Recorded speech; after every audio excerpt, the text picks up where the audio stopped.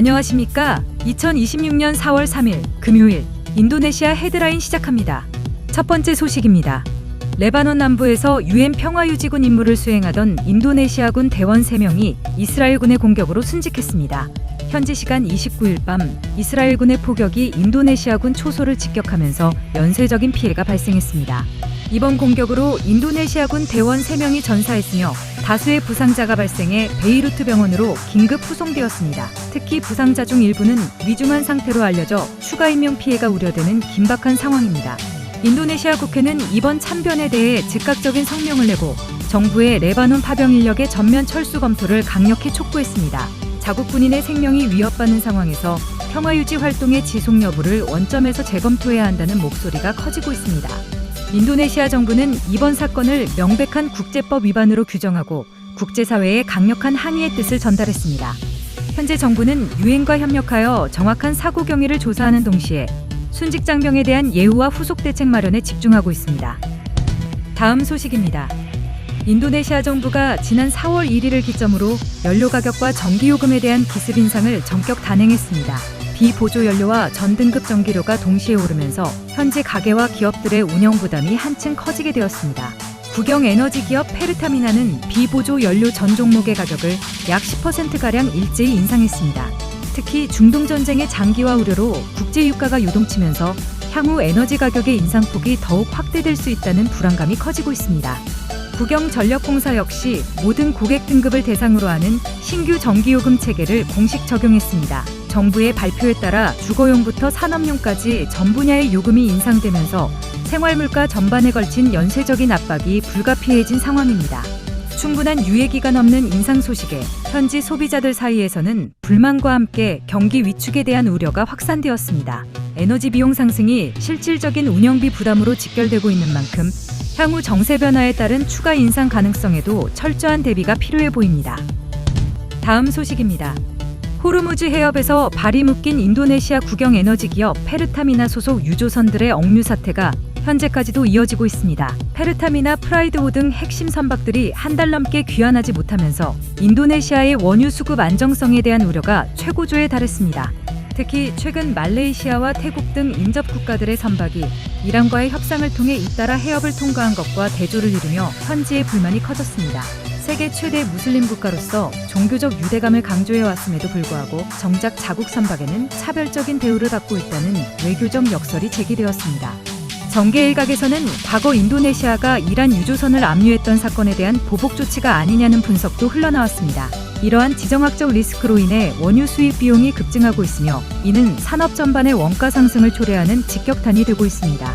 인도네시아 정부는 이란 측과 기술적 조율을 진행 중이라고 밝혔으나 실질적인 결과까지는 상당한 시간이 소요될 것으로 예상되고 있습니다. 자국 자산 보호와 국제 정세 사이에서 정부의 외교적 딜레마가 깊어지는 가운데 이번 사태는 인도네시아 외교력의 한계를 시험하는 중대한 과제로 남았습니다. 다음 소식입니다. 러시아 태평양 함대 소속 군함 세척이 지난 29일 자카르타 딴중 프리옥 항구에 전격 입항했습니다. 이번 방문은 최신형 코르벳함과 잠수함 등으로 구성되었으며 4월 2일까지 머물며 함정 공개 행사와 합동 해상 기동 훈련을 실시하였습니다. 이번 훈련은 양국 해군 간 친선을 도모하고 향후 합동 군사 훈련을 조율하기 위한 해상 외교의 일환으로 진행되었습니다. 하지만 동남아시아 내 러시아의 전략적 존재감을 과시하기 위한 행보로도 풀이됩니다. 또한 특정 강대국에 치우치지 않는 인도네시아의 비동맹 자주 외교 노선을 상징적으로 보여줍니다. 인도네시아는 미국뿐만 아니라 러시아와도 다각적인 군사협력을 유지함으로써 지역 내에서 전략적 유연성을 확보하려는 독자적인 행보를 이어왔습니다.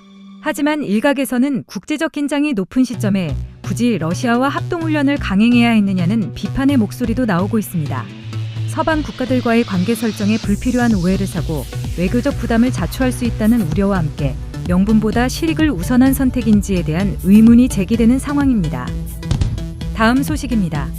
인도네시아 동부 해상에서 여객선이 침몰하여 27명이 실종되는 안타까운 사고가 발생했습니다.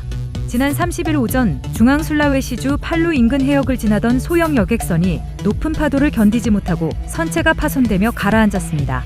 사고 직전 선장은 파도로 인해 배 앞부분이 부서졌다고 긴급히 알렸으며 승선원 전원이 구명보트로 대피했으나 이후 행방이 묘연해진 상태입니다.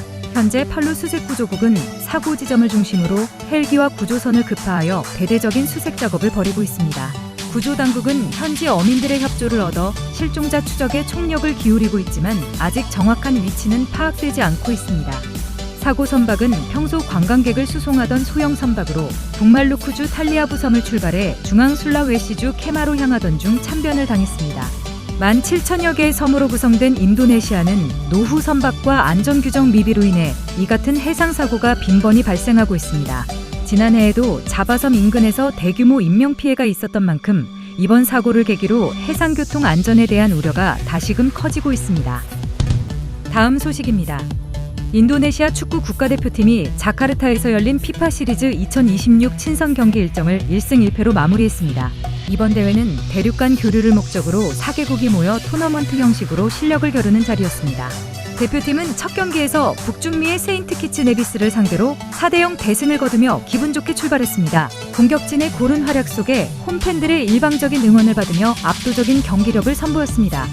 이어진 두 번째 경기에서는 유럽의 복병 불가리아를 만나 0대1로 아쉽게 패배했습니다. 전반 초반에 허용한 실점을 끝내 극복하지 못하면서 승리와 패배를 각각 한 차례씩 기록하며 대회를 마쳤습니다. 에릭 토이르 축구협회 회장은 경기 결과와 상관없이 강팀을 상대로 끝까지 분전한 선수들을 격려했습니다. 대표팀은 이번 친선 일정을 통해 전력을 점검했으며 이를 바탕으로 향후 있을 월드컵 예선 준비에 박차를 가할 계획입니다. 시청해주셔서 감사합니다. 다음 시간에 뵙겠습니다.